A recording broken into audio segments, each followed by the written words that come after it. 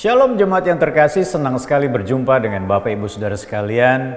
Dan saya percaya hari ini kita tetap merasakan kebaikan Tuhan yang luar biasa dan pengharapan kita terus diperbaharui dalam Kristus. Nah, saudara yang kasih dalam Tuhan, saya percaya kasih yang sejati bukanlah kasih yang dipaksakan. Kasih yang sejati bukanlah kasih yang hanya dilakukan ketika ada kondisi-kondisi tertentu saja.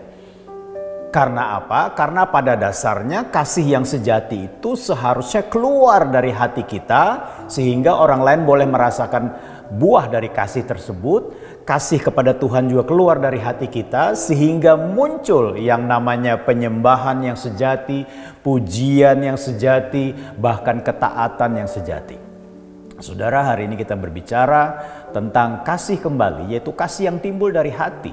Saya akan bacakan satu ayat saja dari 1 Timotius 1 ayat 3 sampai 11 dan saya akan bacakan pada ayat yang kelima. Dikatakan begini, tujuan nasihat itu ialah kasih yang timbul dari hati yang suci, dari hati nurani yang murni, dari iman yang tulus ikhlas. Saudara yang kasih dalam Tuhan, kalau saudara pelajari dalam perikop ini, Rasul Paulus sedang berbicara kepada Timotius untuk supaya jangan terhisap dengan berbagai macam perdebatan-perdebatan tentang silsilah dan juga tentang dongeng-dongeng dan juga tentang hal-hal lain yang membuat akhirnya orang hanya sibuk melakukan perdebatan tetapi tidak memiliki kasih yang sejati.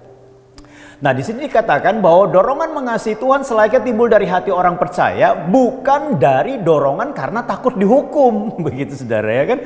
Seringkali orang melakukan perintah Tuhan itu kan karena takut dihukum, karena takut tidak diberkati, karena takut tidak disembuhkan. Nah, saudara, bahkan ada yang berkata karena takut masuk neraka. Begitu saudara ya kan? Padahal sebenarnya kasih itu harusnya muncul dari dalam hati kita. Sebab ketakutan itu membuat kasih kita kepada Allah tidak sempurna. Dikatakan demikian. Adapun hukum Taurat itu, ya kalau saudara pelajari dalam perikop itu berbicara juga tentang hukum Taurat. Adapun hukum Taurat itu diberikan bukan sekedar menakut-nakuti tetapi menjadi cermin. Sekali lagi saya katakan, menjadi cermin agar setiap orang yang berbuat dosa, kalau saudara pelajari dalam perikop itu juga sudah menemukan banyak sekali orang-orang dosa-dosa perbuatan yang disampaikan di situ. Menjadi cermin agar setiap orang yang berbuat dosa menyadari perbuatan-perbuatan dosanya. Kemudian hukum Taurat itu mengajarkan kepada orang untuk mengetahui apa konsekuensi dari perbuatan dosa tersebut.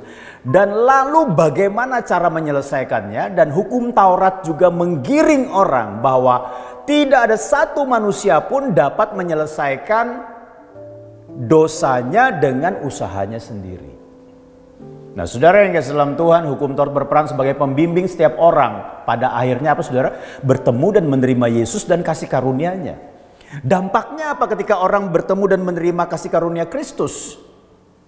Dampaknya adalah orang itu pasti akan mengalami yang namanya penyucian kalau dia mau bertobat. Penyucian dari dosa dan pelanggarannya. Yang ketika mereka menganut ataupun mengikuti hukum Taurat ada batasan. Karena apa saudara? Karena tadi saya katakan hukum Taurat itu hanya membawa orang melihat ke cermin bahwa salah satunya adalah dosa tidak bisa diselesaikan dengan usaha manusia. Tapi ketika orang bertemu dengan Kristus dan kasih karunia-Nya, maka mereka bisa mengalami penyucian. Kemudian yang kedua, mereka bisa mengalami pembenaran. Artinya apa? Dibenarkan pada awalnya, bukan karena sudah benar, tidak, tapi dibenarkan oleh Kristus yang menanggung segala hukuman akibat dosa kita.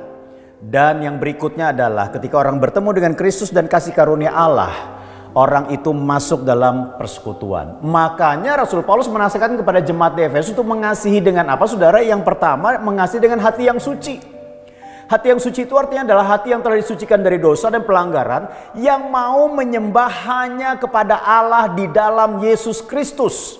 Tidak lagi sibuk dengan dongeng-dongeng nenek-nenek tua, dikatakan, bahkan tidak lagi sibuk dengan berbagai macam penyembahan berhala, dan tidak lagi sibuk dengan perdebatan tentang hukum. Karena apa? Penyucian yang sempurna itu datang dari Kristus dan anugerah Allah. Dan yang berikutnya adalah hati nurani yang murni. Artinya apa saudara? Mengasihi Tuhan dengan hati nurani yang murni, yaitu yang mau menerima kebenaran firman Tuhan sebagai acuan final dari segala pilihan dan keputusan. Saudara, kalau kita mau memiliki hati yang mengasihi dengan hati nurani yang murni, coba cek baik-baik. Ketika kebenaran datang dalam hidup kita, apakah kita rela menerimanya dan mengambil keputusan kebenaran firman Tuhan inilah yang menjadi acuan final dari segala pilihan dan juga dari segala keputusan kita. Apakah kita mau tunduk kepada firman itu ketika firman itu mendesak kita untuk taat kepada Allah, bukan kepada keinginan kita sendiri. Dan yang ketiga adalah mari kita melihat bahwa kita mengasihi Tuhan, kita mengasihi Allah dengan iman yang tulus ikhlas. Membangun hubungan dengan Tuhan bukan atas dasar transaksional atau iman musiman. Persekutuan dibangun karena Dialah Bapa, Sang Sumber kehidupan. Dia berdaulat sepenuhnya terhadap kehidupan dan permohonan doa kita. Mari kita kasih Dia dengan hati kita, bukannya didorong oleh ketakutan dan kebutuhan kita, tetapi karena hati kita melekat kepadanya. Mari kita berdoa. Bapa di surga, biarlah hati kami melekat kepadamu dan kami boleh mengasihi Engkau dengan hati, bukan karena ketakutan, bukan karena takut dihukum, tetapi karena kami membuka diri dan mengasihi Engkau karena kami telah menerima kasih karunia Allah dalam hidup kami. Terima kasih Bapa di surga, dalam nama Yesus kami berdoa. Amin. Tuhan Yesus memberkati.